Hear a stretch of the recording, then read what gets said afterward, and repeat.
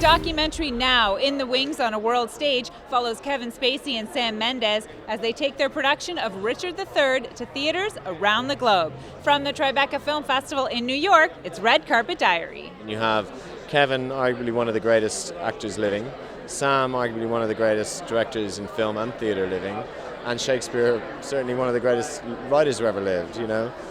So that as a start, but really the core idea was to make a film about the experiences of a company of actors touring the world. When they began their tour, there was no plan for a film. It was just really, I think, Jeremy's idea, the director's idea to he was going to be there anyway, and it was like, well, why don't I film it? And then it sort of developed into this remarkable, intimate glimpse into the lives of actors behind the stage, traveling together. The documentary did a wonderful job of because I would just blabber for like 3 or 4 minutes if somebody said, well, what was it like to go all over the world and tour this wonderful play? And I was like, oh my God, we got to go to here and there. And I wouldn't be able to kind of calm myself down enough to kind of tell them what the experience was to perform in Greece at Epidavros, is how the Greeks say it, with 16,000 people. We played some big venues and, it required a lot of energy, which was lovely, yeah.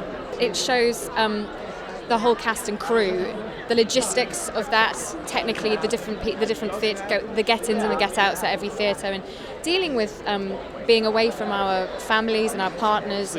Different time zones, long-haul flights, and then, here you are in some brand new foreign place where, part of you wants to soak up all of it, but then part of you is really exhausted and kind of needs to focus so that you can do your job. The main grounding thing was that we all believed that we had an amazing show. And when you know that, you'll cross all cultures, all boundaries, and all languages, I think one thing that Jeremy Whelan, the director, created in this piece is that he gave it a very personal journey. I think you'll feel like you're not just on the journey of doing the production, but you'll feel like you are one of the actors.